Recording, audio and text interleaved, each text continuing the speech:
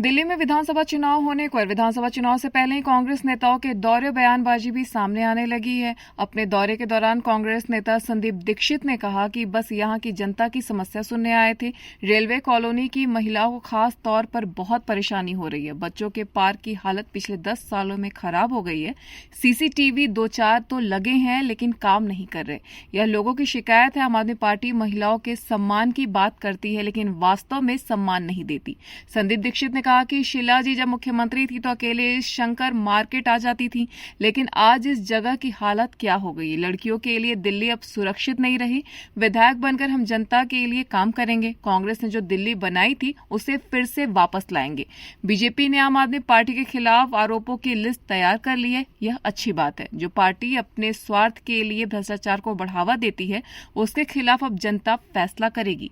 साथ ही उन्होंने कहा कि देखिए, हम आज भी ईवीएम के खिलाफ हैं। पुराने जमाने में बैलेट से नतीजे आते थे। हाँ, उसमें समय ज्यादा लगता था लेकिन यह कोई बड़ी बात नहीं है। लोकतंत्र को बचाने के लिए हमारे पार्टी समर्थक इतना समय जरूर दे सकते हैं।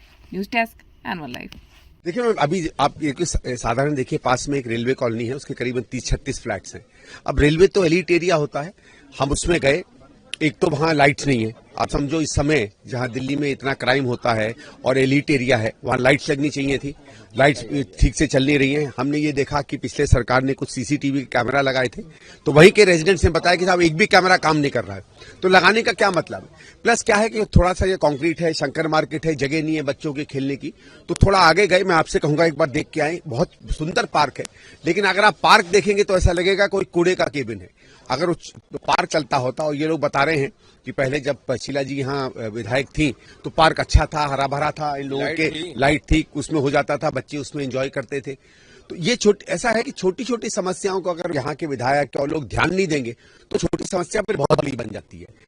तो इससे एक इंस्पिरेशन, एक प्रोत्साहन मिल रहा है कि वो जगह है जहां सच्ची में अगर हम लोग निष्ठा से काम करेंगे तो बहुत बदलाव ला पाएंगे। देखिए, ये तो मैम लोकल लेवल की चीजें, और ये तो वो साधारण चीजें हैं जो कोई भी विधायक कर सकता था। ऐसा नहीं है कोई इसमें कोई 50 करोड़ रुपया लाने की जरूरत है, कोई बड़ी परियोजना लाने की जरूरत है।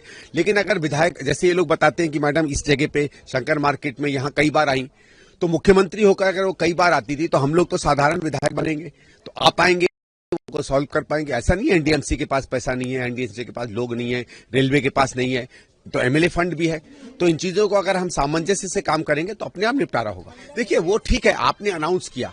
हमारा तो ये सवाल है ना कि आपने तो 2 साल पहले पंजाब में भी अनाउंस किया था, वहां क्यों नहीं इम्प्लीमेंट किया? अगर पंजाब में इम्प्लीमेंट आपने अनाउंस किया था तो दिल्ली में कर देते इम्प्लीमेंट। एन मौके पे चुनाव डिक्लेयर होने के 10 दिन पहले आप कर रहे हैं, तो सिर्फ सीधा बनाने वाली बात है।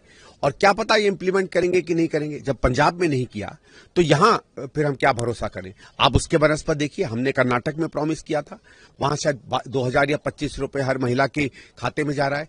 तो जब कांग्रेस की सरकारें कर सकती थी तो आम आदमी पार्टी क्यों नहीं कर सकती? देखिए, हम लोग तो कंटिन्यूअसली पिछले 10 साल से जिस तरह से हम देख रहे हैं कि दिल्ली के विकास की बिल्कुल राह को उन्होंने तोड़ा है। ये दिल्ली जो मानी जाती थी कि एक सच्ची में अच्छा शहर हो गया है 2013-14 में, उसको एकदम गड्ढे में लाके खड़ा कर दिया है। हम तो बार बार इस चीज को उजागर कर रहे थे। इनके शिक्षा के मॉडल को हमने ध्वस्त किया, इनके स्वास्थ्य में तो झूठ बोले गए उसका उजागर किया, इंफ्रास्ट्रक्चर में जो गड़बड़ी आई उसके बारे में हम लोगों ने बार बार कहा, और बल्कि इनके भ्रष्टाचार को भी अगर किसी ने उल्लेख किया तो हमने किया। जो पूरा लिकर का स्कैम आया है, ये कांग्रेस ने ही चिट्ठी लिखी सरकार को, तब उसके बाद इंक्वायरी हुई। तो आज जो भारतीय जनता पार्टी जो विषय उठा रही है वो तो हम लोग पहले से उठाते रहे। पर देखिए, हमारे लिए महत्वपूर्ण चीज ये है कि हम लोग, क्योंकि विधायक का चुनाव लग रहे हैं, यहाँ क्या काम हुआ या क्या नहीं हुआ है, क्या लोगों की अपेक्षाएं होंगी उनके विधायक से, हमारे लिए वो भी उतना ही महत्वपूर्ण है जितना स्टेट लेवल की बातें। नहीं, देखिए, सुरक्षा का तो है ही मेन मुद्दा। और देखिए, सुरक्षा में बहुत आसान है कहना कि लॉ एंड ऑर्डर पुलिस के पास है, लेकिन खासकर महिला से जुड़े जो अपराध होते हैं वो एक मानसिकता भी होती है, जिसमें हर पुरुष, हर लड़का, हर व्यक्ति महिला को सम्मान की नजर से देखे, उसके अंदर में बराबरी की भावना है, सम्मान की भावना है। और ये चीज, देखिए, सामान्य क्राइम नहीं होता है महिलाओं के प्रति जो क्राइम होता है, उसका एक सामाजिक परिप्रेक्ष्य होता है, वो एजुकेशन से आता है। तो दिल्ली सरकार ने, कहते तो है, मैंने बड़ी अच्छी एजुकेशन की है। अगर ऐसा कुछ है तो आपके लड़के निकल कर आते हैं इन स्कूलों से, उनके मन मस्तिष्क में बदलाव क्यों नहीं आ रहा है? ये कहते हैं कि हम हैप्पीनेस करिकुलम लेकर आए, तो अगर हैप्पीनेस करिकुलम आ रहा था तो उसमें अपने लड़की मित्रों के प्रति, अपने क्लासमेट्स के प्रति, अपने बहनों के प्रति, अपने पड़ोस की लड़कियों के प्रति अंदर से सम्मान आना चाहिए था ना। अगर आपके शिक्षा से सामाजिक बदलाव नहीं आता है और अच्छे मूल्य नहीं आते हैं तो किस बात की शिक्षा? शिक्षा केवल नंबर लेने के लिए नहीं है, और नंबर में भी ये कोई बहुत खास नहीं कर पाए। नहीं, देखिए, हम तो कंटिन्यूअसली कह रहे हैं हमारा ईवीएम पर शक है। हम ही नहीं, देश की जनता के बहुत बड़ा हिस्सा है जो ईवीएम पर शक करता है, और इसलिए हम लोग बार बार इलेक्शन कमीशन से बैलेट में कराने में दिक्कत क्या है? आप जिद क्यों कर रहे हो?